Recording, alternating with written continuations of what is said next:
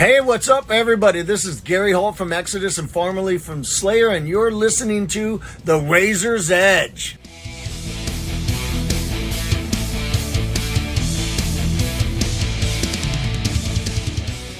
Hi, it's Kat from The Razor's Edge, and I'm here on Sunday at Bloodstock, and I'm with Claire from Dead Label. Firstly, Claire, congratulations. Tell us what happened on stage then. You know, so when we have a crowd that's only halfway decent, which that was more than decent, thank you, Bloodstock, we usually do like a band pick at the end and then throw out like plex or sticks or whatever. So when Danny turned around and he had a thing, I was like, why is he giving me plex? I have sticks, I don't need plex, ew.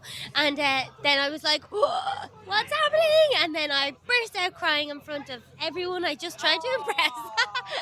So yeah, it was very, very surprising. But how lovely though. Very sweet and very brave.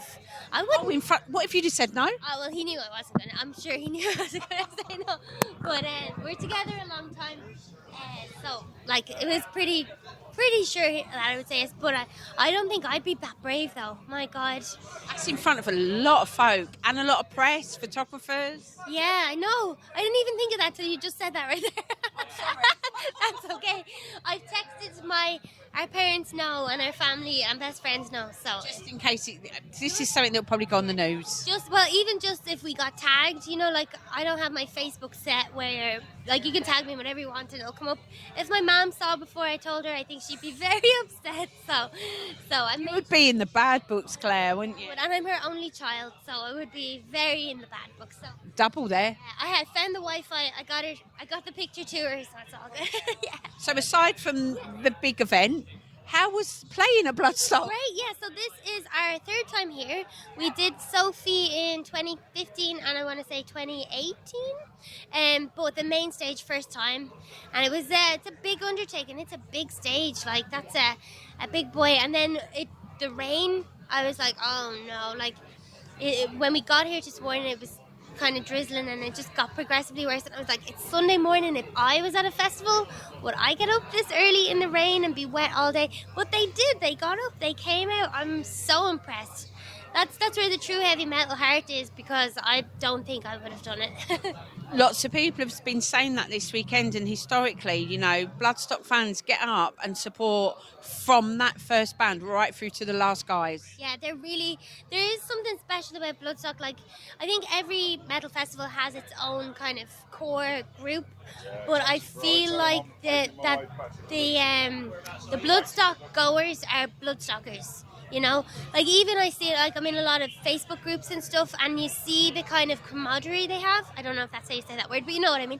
And like even people that come alone, they seem to have the best time. Like the people that kind of, they're like, I'm going on my own, I have a ticket, and people are like, come join our group, we're going to be here at this time. And they obviously make lifelong friends, and it's just that whole kind of spirit that's out there is really strong, and it's kind of what I like. I like being in that energy, so.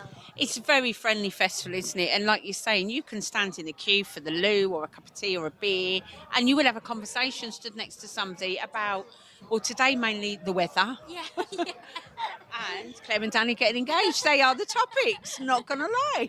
You know what? We did the signing, which I was also pretty nervous about, because we were asked to do it, and I was like, oh, I don't know if anyone would want to come.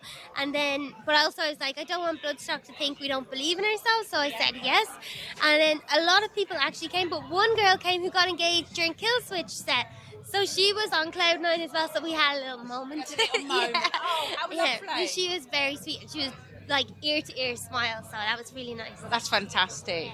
So can you tell us about any new music you've got coming out, or Yeah. are you writing at the moment So again? we've been kind of over the summer just dropping some singles that are just kind of random singles, like not from an album. And we dropped one on Monday. That's the song we opened with, and then now we might have one or two more before we do an album again, because like with COVID we had to learn how to do a lot of things remotely, so it was easy to do singles. But for an album you want to go, actually the guy that recorded Throne of Bones is here with Megadeth. He's in charge of all the monitors. He's an incredibly talented producer called Chris Rakestraw, and he's here. And now that he's here, there's some like conversations happening where like maybe we just gotta wait till we can go back to you, because he's one of those producers that can simultaneously get the best out of you without ever offending you, which is basically impossible. So, yeah, I think it's written in the stars that we got to go back to him. I've interviewed a lot of bands this weekend, and a common theme that's coming up that we've chatted about is actually you're pleasing your fans, but you have to please yourself, and you have to be proud of what you're putting out. Yes, absolutely. And the thing is, I think people are used to kind of, with Spotify and all the streaming services, people are quite used to music being just readily available And disposable. And then an album, I mean, there's quite a big difference in even cost and time. Like if you're recording a 10-track album, you're in deep monetarily and you want to do it right, so you're going to pay whatever you have to pay to be with it, whoever you've got to be with. Whereas with a single, you can do it in a faster space of time, so it's easier, like financially. But at the same time, there's something special about doing an album, like a body of work. So I think we're going to probably aim for that. And we're back in the UK as well on tour in October with Law Society. Oh, lovely. Yeah, very excited. They're kind of a different genre than, say, bands we'd normally support. But I think they have some crushing riffs, but then they have a wider, maybe, span than we do. So I think hopefully we'll pick up some new ears at that, because I think their fan base ranges from a younger to an older age. But I think we've always had a traditional route with bands. So you'd put on, say, Megadeth years ago, and you'd have a thrash band supporting. I think it's actually really good now that it's kind of, we're forgetting that, and we're putting two different bands on. Absolutely. Because money obviously costs of touring and all of those things. I think it's really, really brave of people to say, do you know what, no, actually we're polar opposites, but we're going to go out together. Yeah, and like that's the thing. And I think a lot of metalheads are particularly at Bloodstock, they're very open. So like they'll check it out, and maybe afterwards you might not be their thing, but they will give you the time of day. Whereas I think in other genres, maybe that's not as common. So hopefully we pick up some new Fingers fans. crossed. But it's 8 cities in the UK, which is brilliant. I think one side-ish benefit of Brexit is bands have to really do the UK, because I think it's expensive for bands to come here. Not for us, we're Irish, so we have the free common travel, thank God they let that in. But I think European bands coming here, even, it's more difficult than it used to be.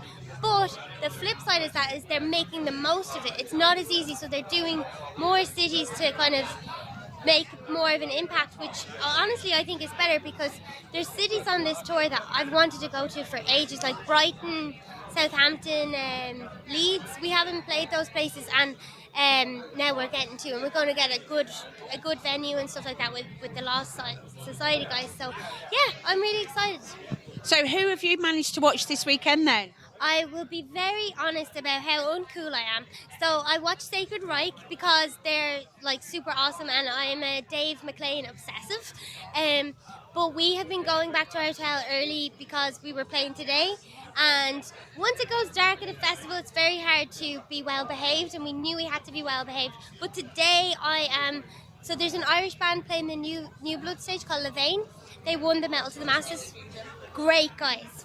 Brilliant guys, so I'm absolutely psyched to see them. Sepultura, I'm like Sepultura, Soulfly, everyone, I want them all, so I'm not part of any of that drama, but I do think the drummer in Sepultura is He's fantastic. Off the charts. I'm going to try use this pass to sneak up and get a side view. I'll try. Go for it. This isn't going out till afterwards, so no one will know. Oh, perfect. Okay, well, if you see me up there, I was successful. Yeah. And then Megadeth. I saw Megadeth at Download last year, and I was super impressed.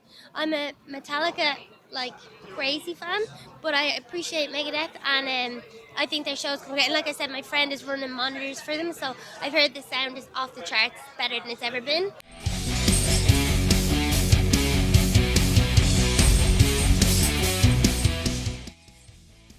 Thanks for listening. Make sure you keep up to date with future episodes by subscribing to our channels. For more information on this podcast, or for all the latest music news, reviews, interviews and more, head over to our website, www.therazorsedge.rocks.